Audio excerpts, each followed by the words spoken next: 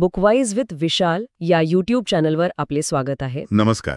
आज आपण चीनी साहित्यातल्या एका महाकाय आणि खूप महत्वाच्या अशा कलाकृतीबद्दल बोलणार आहोत. काओ शूचिन लिखित dream of the red chamber. खरंय, ही फक्त एक कादंबरी नाहीये बरं का. म्हणजे एका संस्कृतीचा, एका कालखंडाचा आणि मानवी भावभावनांचा तो एक आरसाच आहे. बरोबर. 18व्या शतकातली किंग राजवंशाच्या काळातली ही गोष्ट. अनेकांना वाटतं की ही फक्त एक दुःखद प्रेम कथा आहे. हो, तसा गैरसमज होतो अनेकदा. पण खरं तर यात एका मोठ्या उमराव कुटुंबाचा तो भव्य उदय आणि मग त्याचा तो अटळ ऱ्हास याचं खूप सखोल चित्रण आहे, प्रतिकात्मक पण. अगदी. आपल्याकडे यावर बरीच माहिती आहे आणि आजच्या चर्चेत आपण याच विशाल कथेचा गाभा, त्यातली पात्र, त्यांचे ते गुंतागुंतीचे संबंध हे सगळं समजून घ्यायचा प्रयत्न करूया. आणि म्हणजे नुसतं कथानक नाही, तर त्यामागे जे तत्वज्ञान आहे, प्रेम आणि भ्रम यांचं नातं कसं आहे, कन्फ्युशियन आदर्श आणि त्यातनं येणारा तो संघर्ष, बौद्ध आणि ताओ विचारांचे धागे पण आहेत. आणि सगळ्यात महत्वाचं म्हणजे मानवी इच्छा आणि अस्तित्वाची क्षणभंगुरता. बरोबर. या कुटुंबाच्या वैभवामागची ती शोकांतिका काय आहे आणि त्यातून आपल्याला काय बोध मिळतो हे बघूया. नक्की. या कथेची सुरुवातच मोठी इंटरेस्टिंग आहे नाही का? म्हणजे एकदम वेगळी, कुठल्या तरी पौराणिक घटनेनं होते. अगदी. ती सुरुवातच आपल्याला सांगते की ही काही साधी गोष्ट नाहीये. स्वर्गात देवीनुआ स्वर्ग दुरुस्त करतीये आणि त्यावेळी एक दगड उरतो. अच्छा. हा काही असा तसा दगड नाही. तो सचेतन होतो, त्याला भावना येतात आणि मग त्याला मानवी जगात जाऊन अनुभव घ्यायची इच्छा होते, तीव्र इच्छा. म्हणजे इथेच फॅन्टसी आणि रियालिटी एकत्र येतात. मग का होतं या दगडाचं? कोण मदत करतं त्याला? तर एक ताओवादी साधू आणि एक बौद्ध भिक्षू त्याला भेटतात. ते त्याची इच्छा पूर्ण करतात. त्याला एका तेजस्वी जेडच्या तुकड्यात रूपांतरित करतात आणि मर्त्य जगात घेऊन येतात. आणि हा जेड म्हणजे? जेड म्हणजे कथेचा नायक जिया बाओयू. जिया बाओयू त्याचं प्रतीक आहे तो दगड. ही जी पौराणिक झालर आहे ना, ती कथेला एका वेगळ्याच उंचीवर नेते. ती सांगते की ही फक्त कुटुंबाची कहाणी नाही, तर भ्रम, कर्म, सांसारिक आसक्ती या सगळ्यावरचं एक चिंतन आहे. Dream of the red chamber हे नावच किती सूचक आहे. बरोबर. जीवनाचं स्वप्नवत स्वरूप आणि ती क्षणभंगूर सुख, त्याकडे लक्ष वेधतं. अगदी. आता येऊया त्या कुटुंबाकडे. जिया कुटुंब हे त्यावेळच्या चीनमधलं एक अत्यंत मोठं, प्रतिष्ठित आणि श्रीमंत घराणं. हो. त्यांचे 2 मोठे आलिशान वाडे आहेत, निंगुओ आणि रोंगुओ. मुख्य कथा रोंगुओमध्ये घडते नाही का? हो, रोंगुओ वाडा जास्त महत्वाचा आहे कथेसाठी. पण वरवर जरी हे वैभव दिसलं तरी आतून काहीतरी वेगळं सुरू आहे. काय वेगळं? म्हणजे बघा, वरवर प्रचंड सत्ता, संपत्ती, शाही कृपा सगळं आहे. कुटुंबाच्या प्रमुख आजी जिया त्या प्रेमळ आहेत, पण त्यांची जरब आहे. त्या सगळ्यांना एकत्र ठेवण्याचा प्रयत्न करतात. त्या कुटुंबाचा आधार आहेत म्हणायचं. भावनिक आणि नैतिक आधार. अगदी. पण आतून पाहिलं तर या कुटुंबाचा डामडौळ आणि खर्च तो त्यांच्या मिळकतीपेक्षा खूप जास्त आहे. शिवाय त्यांचा तो बडेजाव, तो अहंकार हाच त्यांच्या पतनाचा संकेत देतो. आणि त्या वाड्यांमध्ये नुसते मालक नाहीत, तर त्यांचे मुलगे, मुली, सुना, उपपत्नी, असंख्य नोकर-चाकर, म्हणजे एक छोटा समाजच आहे तो. तत्कालीन चीनी सरंजामशाही व्यवस्थेचं प्रतिबिंब दिसतं त्यात. बरोबर. आणि याच कुटुंबात, याच वातावरणात जन्म होतो नायिकाचा जिया बाओयू. आणि त्याचा जन्म पण विलक्षण आहे. तोंडात तोच जादुई जेड घेऊन जन्माला येतो. हो, त्यामुळे कुटुंबाच्या अपेक्षा खूपच जास्त असणार त्याच्याकडून. साजिक आहे. पण बाओयू अगदी वेगळा निघतो. तो बंडखोर आहे, खूप संवेदनशील आहे, थोडासा विक्षिप्त पण म्हणता येईल. कसं काय? त्याला ते पारंपरिक कन्फ्युशन शिक्षण अजिबात आवडत नाही. शिस्त, कर्तव्य, सरकारी नोकरी याला जे महत्त्व दिलं जातं त्यात त्याला काही रस नाही. मग तो कशात रमतो? अच्छा, हे तर त्या काळात खूपच वेगळं असणार. स्त्रियांच्या सहवासात रमणं. हो, आणि इथे एक महत्त्वाचा मुद्दा आहे. तो स्त्रियांना पुरुषांपेक्षा जास्त शुद्ध, जास्त आध्यात्मिक मानतो. खरंच? हो, त्याची ही संवेदनशीलता आणि स्त्रियांबद्दलचा आदर त्या काळातल्या पुरुषप्रधान विचारसरणीला एक प्रकारे आव्हान देतो. आणि त्याचा तो जेड, तो एकाच वेळी त्याच्या दिव्य उत्पत्तीचं प्रतीक आहे आणि सांसारिक महत्वाकांक्षेपासून तो किती अलिप्त आहे याचंही. आणि मग कथेत येते लिन दायू, बाओयूची चुलत बहीण. तिच्या येण्याने काय होतं? दायू ती या कथेचं हृदय आहे असं म्हणायला हरकत नाही. आईच्या मृत्यूनंतर ती जिया कुटुंबात राहायला येते आधारासाठी. कशी आहे ती? ती अत्यंत नाजूक आहे, खूप बुद्धिमान आहे, कमालीची हळवी आहे आणि प्रतिभावान कवयित्री आहे. तिची कविता म्हणजे तिचं मनच जणू. आणि तिचं आणि बावयूचं नातं ते कसं जुळतं? त्यांच्यात पहिल्या भेटीतच एक अशी विलक्षण ओढ निर्माण होते. जणू काही ते एकमेकांना आधीपासूनच ओळखतात. अच्छा. यामागे पण तो पौराणिक संदर्भ आहे. दायू म्हणजे स्वर्गातलं एक फूल, ज्याला बावयूने म्हणजे त्या दगडाने मागच्या जन्मी पाणी घालून जगवलं होतं. आणि आता ती ऋण फेडायला आलीये. हो, अश्रूंच्या रूपात ते ऋण फेडायला आली असं म्हटलं जातं. त्यांचं नातं खूप तीव्र, भावनिक, काव्यात्मक आहे. पण सुरुवातीपासूनच त्यात एका दुःखाची झालर आहे. कशामुळे? गैरसमज होतात, कुटुंबाचा दबाव असतो. त्यांचं प्रेम कधीच सरळ, सोप्पं नसतं. ते नेहमीच अडथळ्याने भरलेलं असतं. आणि मग याच नात्यात तिसरी व्यक्ती येते, शुए बाऊचाई, अजून एक चुलत बहीण. हो, ही कशी आहे दायूच्या तुलनेत? बाऊचाई दायूच्या अगदी विरुद्ध म्हणता येईल. ती सुद्धा सुंदर आहे, पण शांत, समजूतदार, अत्यंत विनयशील आणि व्यवहारी आहे. म्हणजे आदर्श कन्फ्युशन स्त्री. अगदी. चीनी परंपरेनुसार जी एक आदर्श सून किंवा पत्नी असावी तशी ती आहे. ती पण श्रीमंत कुटुंबातली आहे.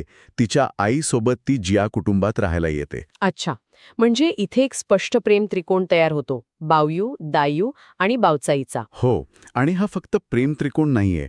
हा दोन भिन्न जीवनदृष्टींचा संघर्ष पण आहे. कसं काय? दायू म्हणजे उत्कट भावना, कला, स्वातंत्र्य, तर बावचाई म्हणजे सामाजिक कर्तव्य, विवेक, परंपरा. साहजिकच आजी जिया आणि बावयूची आई लेडी वॉंग यांना बावचाईच बावयूसाठी जास्त योग्य वाटते. तिच्या शांत स्वभावामुळे, तिच्या कुटुंबाच्या प्रतिष्ठेमुळे. आणि बावयू, तो कोणाकडे ओढला जातो? त्याचं मन तर दायूमध्येच गुंतलेलं आहे, पण परिस्थिती त्याला बावचाईच्या दिशेने ढकलते. हा जो गुंतागुंतीचा संबंध आहे ना, तो कथेला एक विलक्षण भावनिक खोली देतो. आणि गंमत म्हणजे बावचाईकडे एक सोन्याचं लॉकेट असतं. हो. आणि त्या लॉकेटवरचे शब्द बावयूच्या जेडवरच्या शब्दांना पूरक मानले जातात. जणू काही त्यांचंही नशिबानं काहीतरी जुळवून आणलं आहे. बापरे, म्हणजे नियतीचा खेळ पण आहे. नक्कीच. आता कथेमध्ये एका मोठ्या बागेचा उल्लेख सारखा येतो. दाओग्वान युआन, ग्रँड व्ह्यू गार्डन म्हणतात त्याला. काय आहे ही बाग? ही बाग जिया कुटुंब खास बांधतं. बाऊची मोठी बहीण जिया युआनचुन, जी राजघराण्यात एक उपपत्नी आहे, तिच्या शाही भेटीसाठी. अच्छा, म्हणजे तिच्या स्वागतासाठी. हो, पण तिच्या भेटीनंतर ती बाग या तरुण मुलामुलींसाठी, बावयू, दायू, बावचाय आणि इतर भावंड, त्यांचे मित्रमैत्रिणी यांच्यासाठी जणू एक आश्रयस्थान बनते. आश्रयस्थान म्हणजे काय करतात ते तिथे? ही बाग म्हणजे त्यांच्यासाठी एक वेगळंच जग आहे. वाड्याच्या त्या कडक शिस्तीपासून, जबाबदाऱ्यांपासून. इथे ही तरुण मंडळी कविता करतात, साहित्यिक खेळ खेळतात, निसर्गाच्या जवळ राहतात. बावयूसाठी तर ही बाग म्हणजे एक स्वप्नवत जागा आहे, जिथे तो खऱ्या अर्थाने स्वतःसारखा जगू शकतो. पण या बागेचं दुसरं पण काही महत्त्व आहे का, प्रतिकात्मक? होय, नक्कीच. ही बाग स्वर्ग आणि भ्रम दोन्हीचं प्रतीक आहे. ती तारुण्य, सौंदर्य आणि क्षणिक सुखाचं प्रतीक आहे. पण तिचं वैभवही स्वप्नासारखंच क्षणभंगूर आहे आणि ते कुटुंबाच्या येऊ घातलेल्या ऱ्हासाचीच एक प्रकारे खूण आहे. आता या भव्य वाड्यातलं रोजचं जीवन कसं आहे, म्हणजे सण समारंभांव्यतिरिक्त? लेखक काओ श्वेकिन यांनी त्या दैनंदिन जीवनाचं इतकं तपशीलवार वर्णन केलं आहे की आपण जणू तिथेच आहोत असं वाटतं. काय काय दिसतं त्यात? सण समारंभ तर आहेतच, पण त्याबरोबर जेवणावळी, घरगुती राजकारण, सुनांमधली स्पर्धा, नोकरांमधल्या गप्पा आणि कुरबुरी, उपपत्नींचे एकमेकींविरुद्ध कट, हे सगळं आहे. बापरे, म्हणजे वरवरच्या डामडोणामागे बरंच काही चालू आहे. अगदी. आणि या सगळ्या दिखाव्यामागं नैतिक आणि आर्थिक ऱ्हास हळूहळू वाढत असतो. गैरव्यवस्थापन, भ्रष्टाचार, उधळपट्टी यामुळे कुटुंबाची संपत्ती कमी होत जाते. आणि बावयू या सगळ्यात कुठे असतो? तो कसा पाहतो याकडे? बावयू या सगळ्यापासून शक्यतो अलिप्त राहण्याचा प्रयत्न करतो. त्याला हा सगळा बडेजाव, हे राजकारण, यातला फोलपणा जाणवतो. त्याचं नोकरांशी वागणं कसं आहे? त्याचं त्याच्या काही निष्ठावान नोकरांशी चांगलं पटतं. जसं क्षिरेन आहे, जी खूप निष्ठावान आहे, किंवा छिंगवन आहे, जी थोडी तापट पण स्वाभिमानी आहे. या नोकरांशी असलेलं त्याचं नातं काय दर्शवतं? ते समाजातील त्या वर्गभेदाबद्दलची त्याची खंत दाखवतं. विशेषतः जेव्हा छिंगवनला घरातून अन्यायकारकरित्या काढून टाकलं जातं आणि नंतर तिचा मृत्यू होतो. अच्छा. तेव्हा बावयूला प्रचंड दुःख होतं. ही घटना त्याला समाजाच्या क्रूरतेची आणि स्वतःच्या असहाय्यतेची जाणीव करून देते. याच काळात मग तो भ्रम आणि वास्तवाचा संघर्ष अधिक गडद होतो का? हो, बागेतली फुलं कोमेजायला लागतात, झाडं सुकतात. बावयूचा झेड पण कधीकधी आपली चमक गमावतो किंवा गायब होतो. हे सगळं अशुभ संकेत देत असतं. बावयूचं कुटुंबाशी, विशेषतः वडिलांशी, जिया जेंगशी संघर्ष वाढतो का? ते कन्फ्युशियन शिक्षणावरून. हो, नक्कीच. त्याचे वडील जिया झेंग हे पारंपरिक कन्फ्युशियन मूल्यांचे मोठे पुरस्कर्ते. त्यांना वाटतं बावयूने अभ्यास करावा, सरकारी परीक्षा द्यावी, कुटुंबाचं नाव मोठं करावं. पण बावयूला यात रस नाही. अजिबात नाही. त्याला या सगळ्या अपेक्षा, ही सामाजिक प्रतिष्ठा यात ढोंगीपणा दिसतो. वडिलांच्या शिस्तीच्या प्रयत्नांना तो जुमानत नाही. त्यामुळे त्यांच्यातला संघर्ष वाढतच जातो. आणि दुसरीकडे दायू, तिचं काय होतं? तिची प्रकृती तर नाजूक होती म्हणालात. दायूची प्रकृती दिवसेंदिवस आणखीनच खालावत जाते. त्यातच बावयू आणि बाऊचाई यांच्या लग्नाच्या ज्या अफवा किंवा चर्चा सुरू होतात त्या तिच्या कानावर येतात. आणि त्याचा परिणाम? ती मानसिक आणि शारीरिकदृष्ट्या पूर्णपणे खचून जाते. ती खूप एकाकी पडते. तिला वाटतं की बावयू पण आता तिच्यापासून दूर जाणार. अरे रे. एका अत्यंत हृदयद्रावक प्रसंगात ती आपल्या सगळ्या कविता जाळून टाकते. स्वतःच्या हाताने? हो, जणू काही ती आपल्या भावना आणि आपलं अस्तित्वच नष्ट करत आहे. तिचा तो एकाकी करुण मृत्यू हा कादंबरीतील सर्वात अविस्मरणीय आणि दुःखद क्षणापैकी एक आहे. हे खूपच दुःखद आहे खरंच. आणि बावयूला हे कळतं का? नाही. दायूच्या मृत्यूची बातमी त्याच्यापर्यंत पोहोचू दिली जात नाही.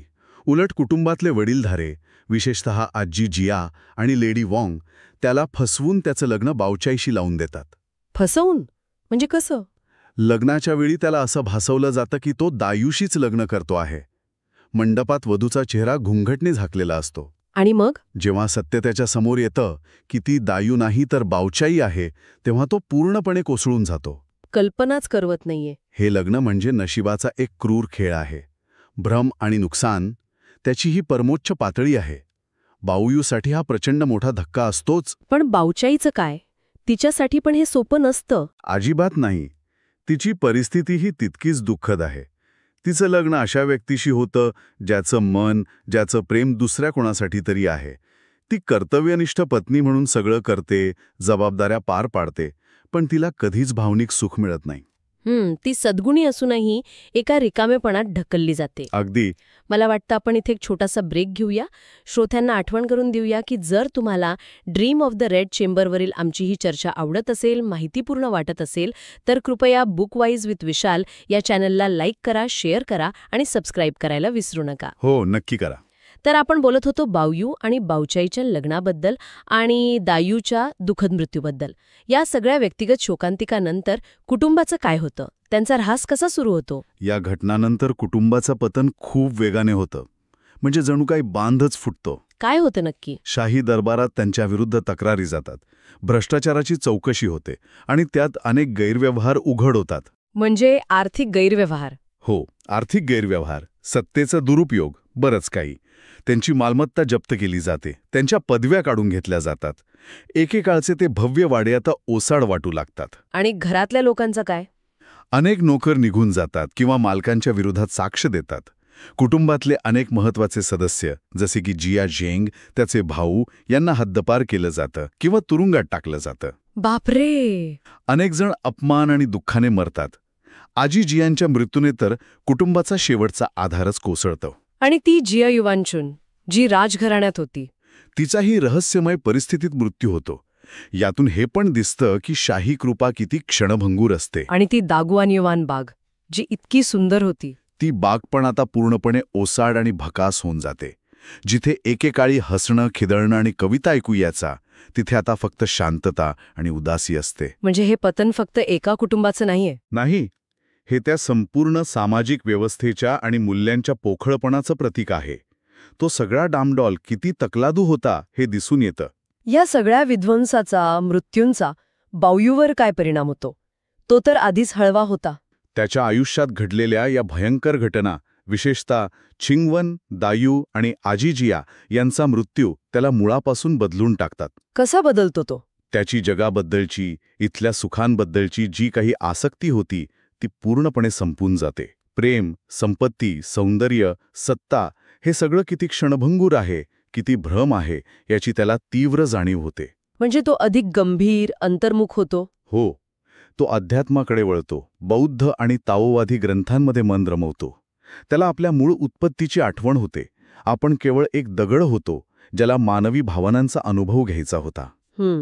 त्याला या सांसारिक जीवनाची निरर्थकता आणि त्यातील दुःखाचं मूळ समजू लागतं. तो अधिकाधिक शांत, अलिप्त होत जातो.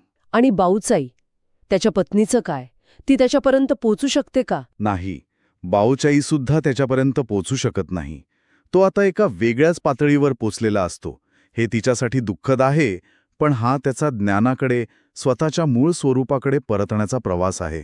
आणि बाऊचाईचं काय होतं शेवटी? ती तर पूर्णपणे एकाकी पडली असणार. बाओचाई आपलं पत्नी म्हणून असलेलं कर्तव्य निष्ठेने पार पाडते. कुटुंबाची जी काही वाताहत झाली आहे, त्यात ती धीराने परिस्थिती सांभाळण्याचा प्रयत्न करते. पण भावनिक पातळीवर ती पूर्णपणे एकाकी राहते. ती कन्फ्युशन सद्गुणांचं प्रतीक आहे, पण तेच तिच्या दुःखाचं कारण ठरतं. अगदी. तिची नैतिकता आणि कर्तव्यपरायणताच तिला एकाकी पाडते. तिचं नशीबही दुःखदच म्हणायला हवं. इतर पात्रांचं काय होतं? जसं लेडी वॉंग, शिरियन, झिया झँग. इतरही अनेक पात्रांची अशीच दुःखद कहाणी आहे. लेडी वांग पश्चातापदग्ध होऊन मरते. बाओयूची निष्ठावान दासी शिरियन शेवटी एका बौद्ध मठात आश्रय घेते.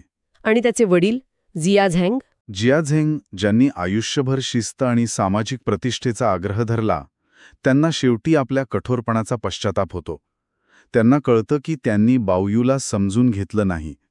यातून हेच दिसतं की दुःख हे सार्वत्रिक आहे, ते कुणालाही सोडत नाही. आणि कथेचा शेवट कसा होतो मग? इतक्या दुःखानंतर बाओयूचं काय होतं शेवटी? शेवट पण खूप गूढ आणि प्रतिकात्मक आहे. एके दिवशी बाओयूचा तो जन्मतः आलेला जेड पुन्हा एकदा गायब होतो. पुन्हा? हो, आणि यावेळी त्याचं गायब होणं हे त्याच्या या मर्त्य जगातून अंतिम निरोप घेण्याचं प्रतीक ठरतं. म्हणजे? लवकरच तेच दोन साधू, ताओवादी आणि बौद्ध, जे त्याला सुरुवातीला जगात घेऊन आले होते, ते परत येतात. अच्छा, ते सुरुवातीचे साधू. हो, ते बाओयूला एका निर्जन ठिकाणी भेटतात. ते त्याला आठवण करून देतात की त्याचं हे संपूर्ण मानवी जीवन म्हणजे त्या दगडाने पाहिलेलं एक स्वप्न होतं, भावना आणि अनुभव घेण्यासाठी.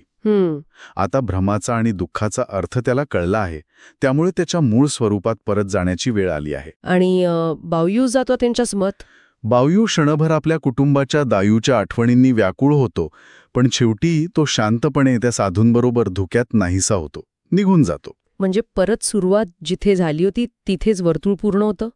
काय सांगायचंय लेखकाला येतून? काय तत्वज्ञान आहे यात? मला वाटतं संदेश खूप स्पष्ट आहे. हे जीवन एका स्वप्नासारखं आहे. यातलं सौंदर्य, प्रेम, संपत्ती, सत्ता हे सगळं क्षणभंगूर आहे. आणि आसक्ती दुःख देते. बरोबर, आसक्ती दुःख निर्माण करते. पण याचा अर्थ जीवन निरर्थक आहे असा नाही. मग काय? या क्षणभंगूर जगातही करुणा, कला, सहानुभूती आणि मानवी संबंधांमध्ये अर्थ आहे. बाओयूचं निघून जाणं हा पराभव नाहीये, तर ती त्याच्या मूळ स्वरूपाची पूर्तता आहे. आणि दायूचा मृत्यू? दायूचा मृत्यू हा केवळ वियोग नाही, तर कदाचित एका वेगळ्या, उच्च पातळीवरचं ते पुनर्मिलन आहे.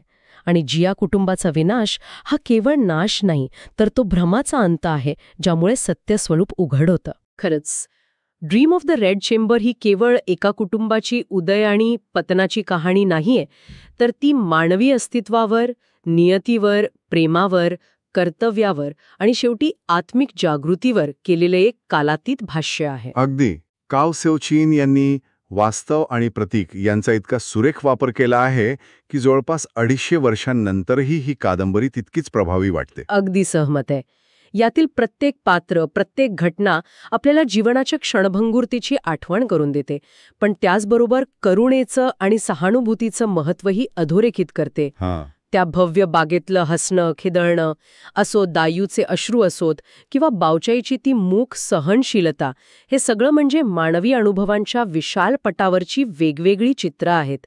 ही एक अशी कलाकृती आहे जी वाचकाला विचार करायला लावते, अंतर्मुख करते. निश्चितच. आशा आहे की तुम्हाला म्हणजे आमच्या श्रोत्यांना ड्रीम ऑफ द रेड चेंबरवरील आमची ही चर्चा माहितीपूर्ण आणि विचारप्रवर्तक वाटली असेल.